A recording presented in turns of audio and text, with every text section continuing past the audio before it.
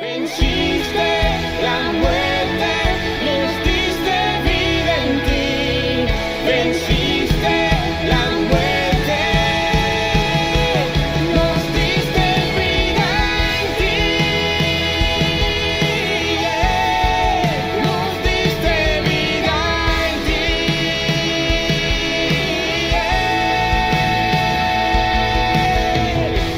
Padre eterno eres,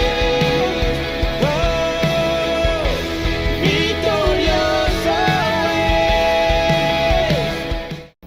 En los asuntos de creencias, en los asuntos de iglesias, en los asuntos de fe, el liderazgo humano es lo más visible, ¿no? Y los líderes visibles somos humanos, carne, hueso y un gran pedazo de pescuezo. El problema es el liderazgo negativo, el liderazgo hipócrita. Este liderazgo no solo difunde ideas confusas, ideas erróneas, herejías, cosas que no son, no solo difunde eso, sino que también se convierten esos liderazgos negativos en armas contra la fe, contra las creencias. Miren, es normal que a los católicos los ataquen con el tema de la pedofilia. ¿Se han visto? Es decir, los no creyentes, cuando quieren arrasar y quieren ofender y quieren humillar a los católicos, dicen a grito herido: curas pedófilos, ¿no? ¿Y qué son los curas pedófilos?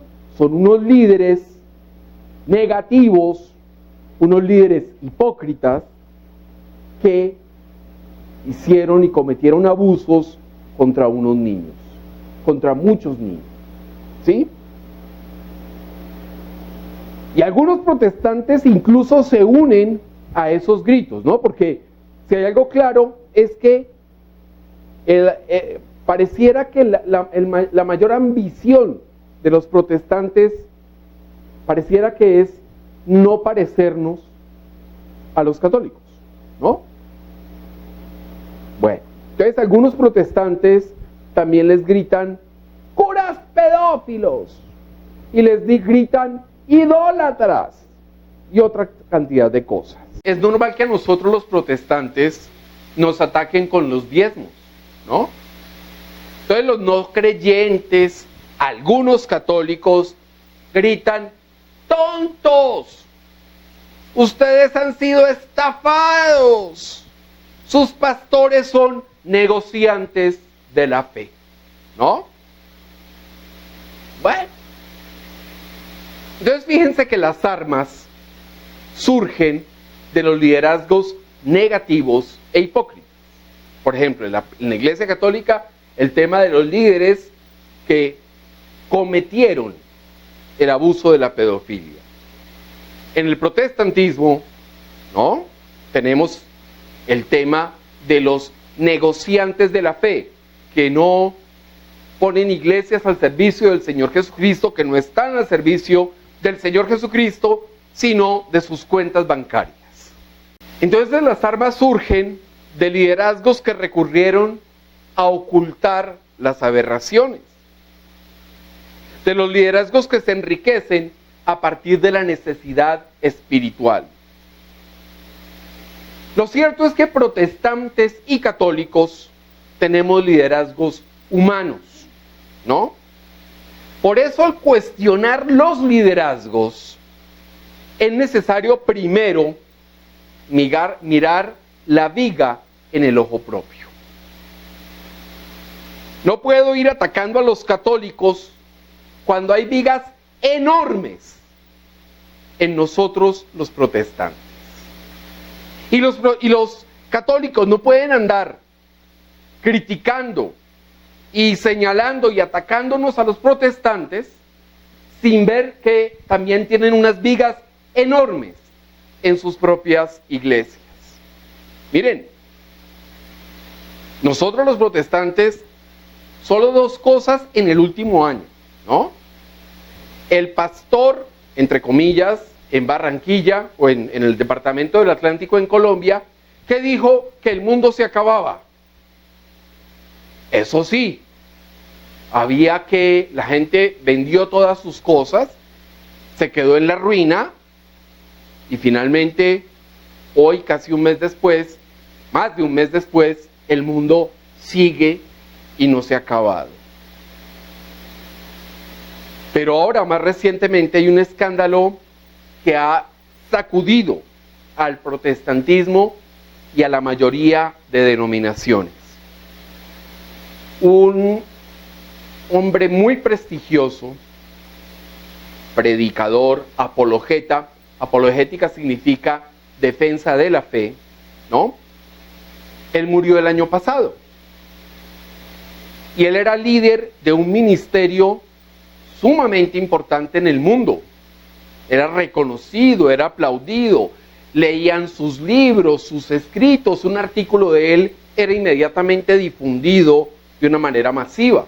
Pues bien, cuando murió este personaje, algunas mujeres decidieron denunciar. Y entonces, el ministerio que él dirigía decidió contratar a un bufete de abogados que hiciera una investigación independiente. El resultado es demoledor. El sujeto acosaba a mujeres de entre 20 y 30 años de edad. Además cometía abuso espiritual, abusaba de su liderazgo para acosar y perseguir a las mujeres. Acosaba sexualmente a otras mujeres. Tenía charlas sexuales con otras mujeres. Videos, conversaciones, fotografías de explícita inmoralidad sexual. Pero no solo eso. Este señor, de acuerdo a los hallazgos que hizo el bufete contratado por el ministerio de él, utilizaba los recursos del ministerio para mantener a sus amantes. ¿No les parece que esa es una viga enorme como para no andar criticando a los demás? Entonces seguiremos gritando o seguirán gritando algunos protestantes, ¡ah, curas pedófilos! Porque es que en el protestantismo tenemos nuestras propias vigas. Miren, la inmoralidad, la depravación son humanas. Y el liderazgo que tenemos es humano. ¿Sí? Por eso es importante que todos en conjunto nos dediquemos a sacar primero la viga del ojo propio y no la paja del ojo ajeno. Llevamos más de 500 años ensartados en una disputa. La disputa de la iglesia reformada contra la iglesia de la contrarreforma. Es decir, los protestantes contra los católicos. Los protestantes contra la iglesia de Roma. Y nos sacamos los ojos si es preciso, ¿no? ¿Qué creen? Que esas disputas vienen de muchos años antes del problema del protestantismo contra el catolicismo o de la contrarreforma contra la reforma, ¿no? Vamos a leer por favor 1 de Corintios capítulo 3 versículos 3 y 4. Porque aún sois carnales, pues habiendo entre vosotros celos, contiendas y disensiones, ¿no sois carnales y andáis como hombres? Porque diciendo el uno, yo ciertamente soy de Pablo, y el otro, yo soy de Apolos, ¿no sois carnales? El apóstol Pablo, en esta primera carta a los Corintios, a la iglesia de Corinto, hace varias declaraciones muy importantes en estos dos versículos. Dice que la iglesia de Corinto aún es carnal. Ok, vamos a ver este tema con cuidado. La palabra que utiliza el apóstol Pablo es el griego sarkikos. Quiere decir que son cristianos inmaduros, que son cristianos carnales. ¿Sí? Es decir, son personas que tienen al Espíritu Santo, pero no han privilegiado los deseos de la carne. Entonces, sarkikos significa que es una persona que puede y debe hacer las cosas al estilo de nuestro Señor Jesucristo, pero no lo hace. ¿Sí? Es el que sabe que va a pecar. Es el que sabe que lo que va a hacer está mal. Es el que sabe que cuando coge y escanea a una mujer que pasa por el lado, sabe que está mal. Sin embargo, lo hace. ¿No? Ese es sarkikos.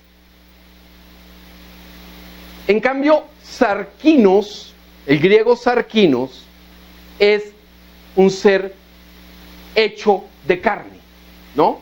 Es decir, es el hombre natural, el hombre sin ninguna influencia, sin ningún conocimiento, sin ningún abandono a nuestro Dios. Ese es el hombre natural que además rechaza las cosas del Espíritu. Sarkinos. En cambio, sarkikos es el hombre espiritual que todavía prefiere u opta o privilegia las necesidades y las peticiones de la carne. Entonces, esto es importante porque a los de Corinto, Pablo los llama sarkikos. Es decir, se dejan llevar, ¿por qué? Por celos, por contiendas, por pleitos, por divisiones. Nada nuevo, ¿no? O sea, estamos viendo eso desde hace 2000 años. Y esas son características del hombre natural. Celos, pleitos, contiendas y divisiones son características del hombre natural, no del hombre espiritual. Luego les dice el apóstol que creerse mejores por ir con uno, con Pablo o con Apolos, es ser carnal. Y aquí viene algo muy profundo, porque es lo que pasa hoy en día con las denominaciones de las iglesias. Que, no, yo asisto a tal iglesia, entonces como yo asisto a esa iglesia, soy mejor, soy más santo, soy salvo. Mientras que usted que va a otra iglesia, usted no es más santo ni va a ser salvo. Cuando buscamos la paja en el ojo ajeno de otra iglesia, estamos siendo carnales. El hombre espiritual, la iglesia espiritual, la iglesia ungida por el poder del Espíritu Santo, trabaja constantemente en retirar las vigas y escombros propios. Esas vigas y esos escombros que impiden avanzar en el camino de Dios. Que no es una competencia. No es un asunto de qué iglesia es mejor que la otra. Solo hay dos términos, dos conceptos que hacen una iglesia buena o mala. ¿No? Y eso es si tiene sana doctrina o si no tiene sana doctrina. No hay nada más. Si la iglesia sigue al pie de la letra y busca que su gente siga al pie de la letra la palabra de Dios, esa iglesia es de sana doctrina. Si la iglesia pasa por encima de la Biblia o la deja por allá tirada, empolvada y abandonada, esa iglesia no es de sana doctrina. Entonces, una iglesia es buena cuando tiene sana doctrina. Una iglesia no es buena cuando no practica la sana doctrina. Los hombres hemos diseñado falsas doctrinas. Y esas falsas doctrinas tienen una motivación oscura. Excluir, volver exclusiva a una iglesia o a una denominación. Y el motivo puede ser muy complicado porque puede ser en la mayoría de casos un motivo económico. Que la gente pague por pertenecer a esa iglesia exclusiva. Y lo peor es que algunos lo creen. Algunos creen que su iglesia es la única. ¿Sí?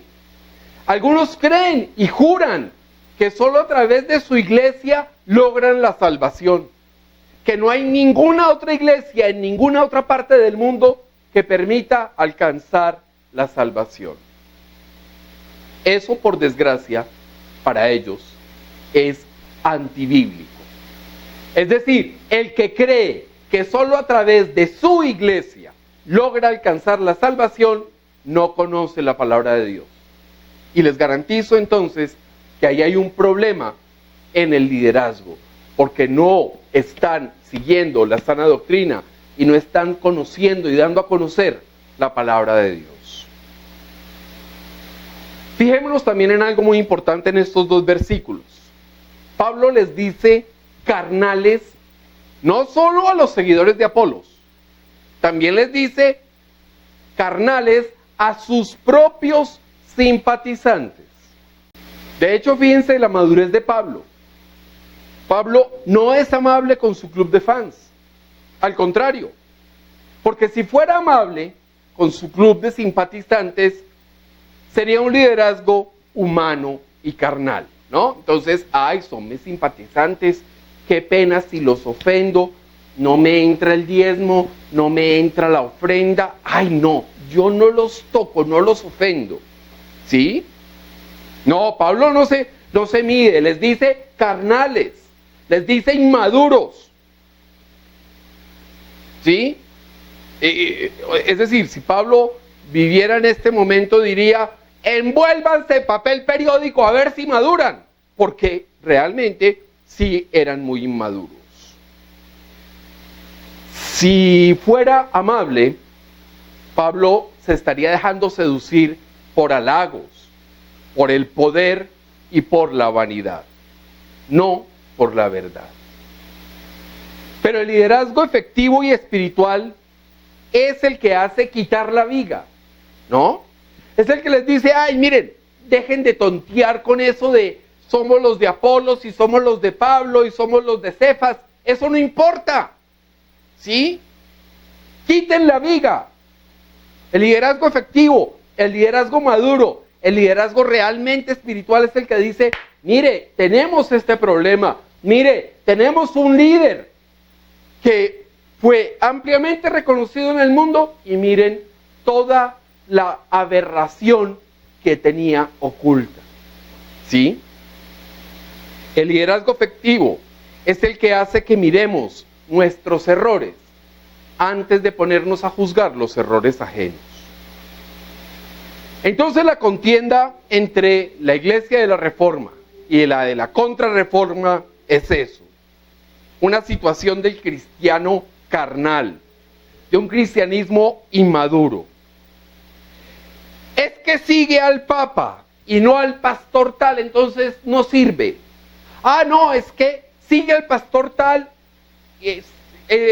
pertenece a los hermanitos separados y no al Papa. Entonces, fíjense que es una situación carnal, tan parecida a la que se vivía en Corinto, que el debate era entre los de Pablo y los de Apolos.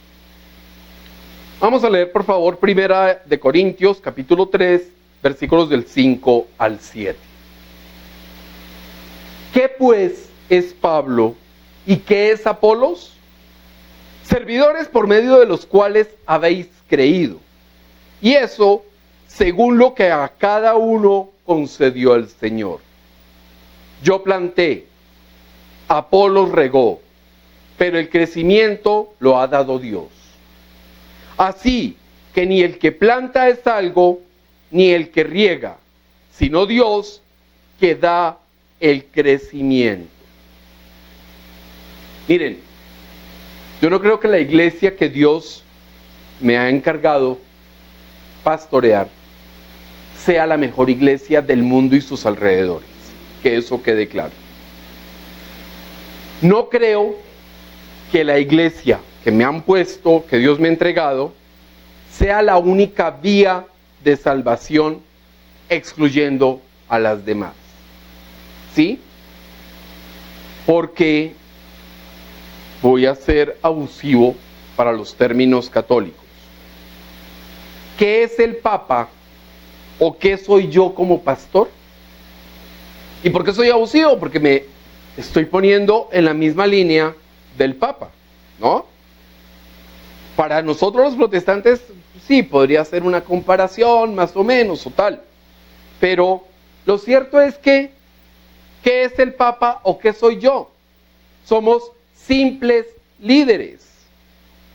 Pero ojo, porque debemos liderar para servir, exclusivamente para servir. Por eso yo no lidero un movimiento apostólico ni no sé qué, no.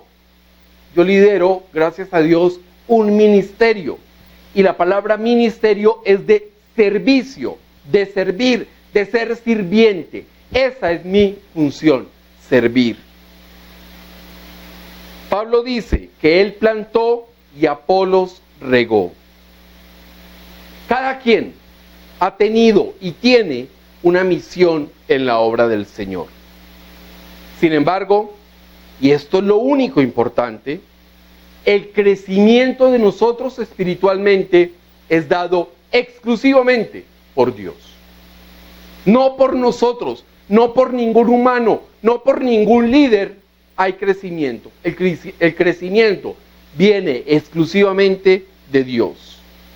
Y resulta que lo único importante es el que da crecimiento, no el que riega y no el que siembra. Los corintios estaban en una disputa por la chatarra espiritual. Basaban su fe en la sabiduría y en la elocuencia del hombre. ¿Sí? Los cristianos, los corintios cristianos, se creían espirituales. Eso, mejor dicho, se pavoneaban. Pero sus divisiones mostraban que eran carnales. Los problemas que tenían, las disputas, dejaban algo claro. Había algo mal en su relación con Dios. Todas esas disputas, todos esos conflictos evidenciaban la carnalidad. Y carnalidad en una manera de pensar y en su manera de vivir. ¿Qué está pasando hoy? ¿Somos cristianos o no? Entonces preguntémonos, ¿pertenecemos al cuerpo de Cristo o creemos que los otros no son de Cristo? ¿Pertenecemos al cuerpo de Cristo? Vamos a leer por favor 1 Corintios capítulo 3 versículo 11. Porque nadie puede poner otro fundamento que el que está puesto, el cual es Jesucristo. El cristianismo maduro nos lleva a interiorizar esta verdad, que el único fundamento válido es nuestro Señor Jesucristo. Y ojo con la palabra fundamento. Es el cimiento sobre el cual se apoya un edificio u otra cosa. Es el cimiento. Ese es el fundamento. Es la razón principal, el motivo que afianza o asegura algo. Entonces, quitémonos la venda para ver la verdad. ¿Y cuál es la verdad? Que los líderes van y vienen. Todo y se mueren y los reemplazan. ¿No? En el mejor de los casos. Hay otros que sencillamente el ministerio o la iglesia mueren. Entonces las doctrinas humanas van y vienen. El único que permanece es quien sirve de cimiento. Nuestro Señor Jesucristo. Ni el Papa, ni ningún pastor, ni ningún sacerdote, ningún obispo, ningún autodenominado apóstol es fundamento, es cimiento. No son ni fundamentos ni cimientos. Así las doctrinas de hombres digan lo contrario. Miren, Estamos inmiscuidos, estamos inmersos en una vorágine de egos. Y esos egos están muy encendidos en las iglesias y en las denominaciones. Entonces los cristianos carnales, la inmadurez espiritual, profundiza esa revolución, ese caos, esa imposición de egos que oculta la verdad. Los egos, los malos liderazgos, acaban, ocultan, sepultan la palabra de Dios. ¿Cuál es el punto de pelear por cuál es mayor? ¿Qué sentido tiene? Imaginémonos el cuadro, la escena de dos papeles que va arrastrando el viento, de basura. Lamentablemente en nuestros países y en nuestras ciudades abunda la basura en las calles, ¿sí? Y entonces, imagínense a dos personas ensartadas en una pelea física por ese par de papeles de basura que va arrastrando el viento. ¿De verdad ustedes creen que vale la pena pelear por nada? Pues eso es lo que hace la gente cuando se disputa la autoridad y la mejor y la santidad de una iglesia o de una denominación. Están peleando por nada, ¿sí? ¿Cuál es el punto de pelear por cuál nada es mayor? Si finalmente son nada o somos nada. ¿Qué sentido tiene pelear si el Papa es mayor que yo o yo soy mayor que el Papa? Si el Papa y yo somos nada, ¿sí? El granjero planta y riega, pero él no hace crecer la semilla. El granjero provee el ambiente correcto para el crecimiento de la semilla. Confía en el milagro de la vida. ¿Y cuál es el milagro de la vida? La acción de Dios. El crecimiento es el milagro de la vida. Y esa acción es de Dios, no es de nosotros.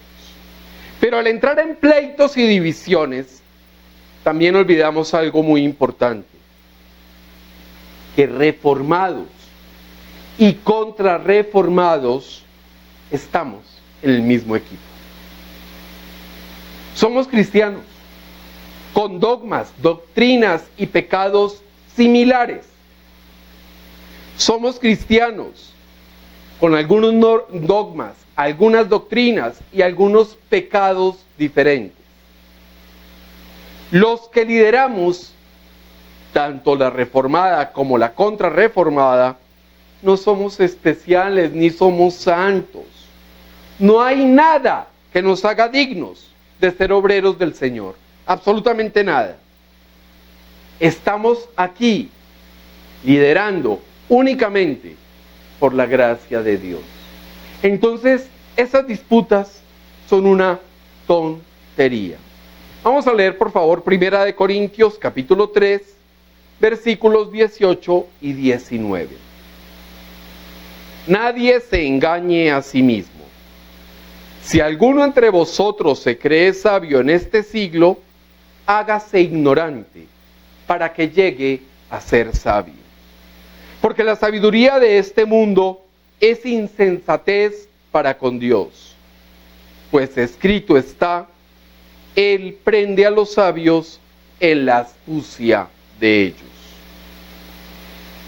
El culto a la inteligencia, el culto a la elocuencia, el culto a los dogmas, el culto a las tradiciones.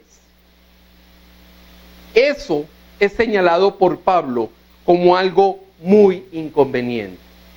De hecho, Pablo dice, eso es un engaño, es una trampa. Y Pablo es sarcástico en este apartado, porque los corintios rendían culto a la sabiduría. Amaban la sabiduría del mundo. Es decir, se medían con la medida humana de la sabiduría. Y Pablo les dice y les pide que renuncien a toda sabiduría de este mundo. ¿Sí? Al principio hablaba de un apologeta que murió y salió a la luz toda su inmundicia, ¿no?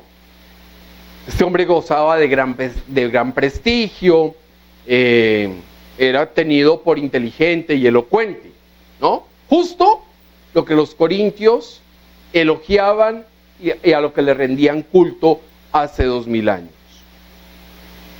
Pero yo les pregunto, ¿en qué quedaron su inteligencia y su elocuencia con lo que se descubrió después de su muerte? En nada. La gente va a pensar en él de ahora en adelante por lo que hizo contra esas mujeres. No por lo sensato, no por lo elocuente, no por lo brillante que era este señor en su defensa del cristianismo. Entonces, su inteligencia y su elocuencia quedaron en nada.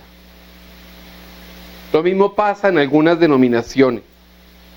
Le rinden culto, por ejemplo, al humanismo, a esa filosofía centrada en el hombre. Y fíjense que eso es un absurdo, porque nuestra filosofía está centrada en nuestro Señor Jesucristo. Somos cristocéntricos, no antropocéntricos. Es decir, el humanismo no puede estar en el centro de una denominación o de una iglesia.